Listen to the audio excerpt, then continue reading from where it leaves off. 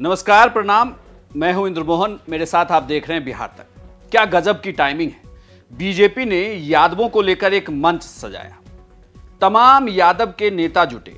नित्यानंद राय, रामकृपाल यादव समेत मंच पर नेता विराजमान हुए।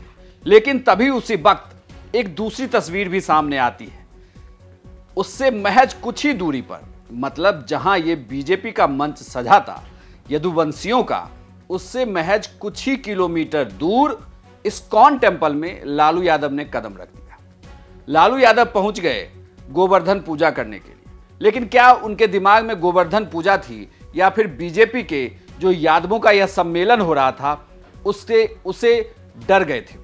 क्या बीजेपी के यादवों से अब लालू यादव को डर लगने लगा है, या बीजेपी ने जो चाल चली, या यूं कहें कि बीजेपी ने जो ताकत दिखानी चाहिए, उस ताकत को काटने के लिए लालू यादव स्टेज पर आए?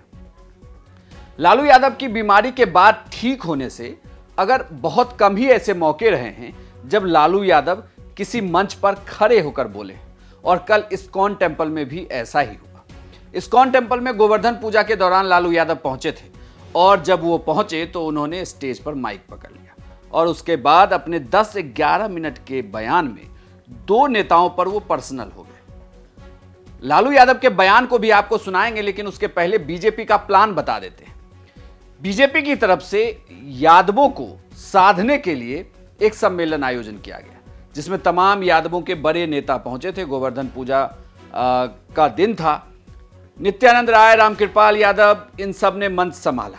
बेसिकली ये कहा जा रहा है कि चूंकि यह कार्यक्रम पटना में हो रहा था, तो इस पूरे कार्यक्रम की अगुवाई रामकृपाल यादव कर रहे थे। रामकृपाल यादव एक लंबे वक्त तक लालू यादव के करीबी रहे, लालू यादव के साथ रहे। लेकिन लालू यादव को जैसे ही मौका मिला, उन्होंने पहला हमला रामकृपाल यादव पर किया, वो भी उनकी वो कुंडली बताने लगे। एक केंद्रीय मंत्री है, नित्यानंद राय नाम है। नित्यानंद राय ठेकेदार था, ठेकेदारी करता है। रामकृपाल क्या थे तो जानते ही होंगे आपको। बस स्टैंड पर, पटना बस स्टैंड पर टेम्पो चलवाना और लोगों को नोट दुगना करना और होटल कब्जा करके उस पर रहना। लालू यादव का राज नाम बाद में हमको मालूम हुआ, बाद में ये सब तो होटल, ये पूरे टोली को बदनाम कर रहा है। यहां तक तो चीजें ठीक थी, लेकिन चूंकि नित्यानंद राय इसी मंच से लालू यादव पर निशाना साध रहे थे। दरअसल बीजेपी के तमाम नेता ही आरजेडी और लालू यादव परिवार पर निशाना साध रहे थे कि इस पूरे परिवार ने यादवों से ठगी की है। इन्होंने सिर्फ अपने परिवार का कल्याण किया, किसी और यादव नेता को बड़े मंच तक नहीं पहुंचा पाए। वही नेता बड़े मंच तक पहुंचा जिसने लालू यादव का साथ छोड़ उसने मोदी का हाथ पकड़ा, और नित्यानंद राय ने लालू यादव पर भी निशाना साधा।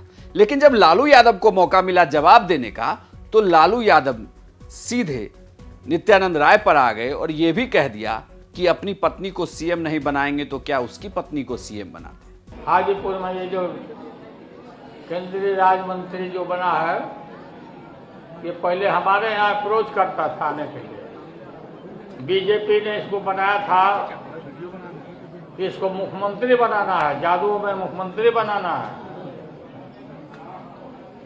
अभी तक बोलता देखा हमने कि लालू यादव राबड़ी देवी को मुख्यमंत्री बना दिया। राबड़ी देवी को नहीं बना देते तो तुम्हारी बीवी को बना देते। यह बात इतनी नहीं है कि दो जगह दो सभाएं हो रही थी और दोनों सभाएं यादवों को लेकर की जा रही थी। इसमें बड़ी बात यह है कि क्या बीजेपी को भी अब यह लगता है कि अगर कहीं सेंधमारी करनी है तो वह यादवों के वोट बैंक में करनी होगी, क्योंकि जातीय जनगणना के बाद एक बड़ा वोट बैंक अब इस नए आंकड़ों के साथ महागठबंधन के साथ है, खास करके आरजेडी के साथ है। ऐसे में क्या उसमें टूट होने के लिए दो बड़े नेता अब दो बड़े यदुवंशी नेता हो जाएंगे? उसमें से एक नाम नित्यानंद राय और दूसरा नाम रामकृपाल यादव का होगा। इसके अलावा भी कई नेता वहां मौजूद थे। और क्या लालू यादव को भी अब यह लगने लगा है कि अगर बीजेपी में यादव नेता आगे बढ़ते हैं तो उनकी परंपरागत वोट बैंक जो रही है, जो कहा जाता है कि MY का वाई फैक्टर जो है वह लालू यादव के साथ है, तो क्या वह छिटकने लगा है? इसीलिए इस्कॉन टेम्पल में लालू यादव खुद चले गए और उन्होंने वहां से अपनी स्पीच दी।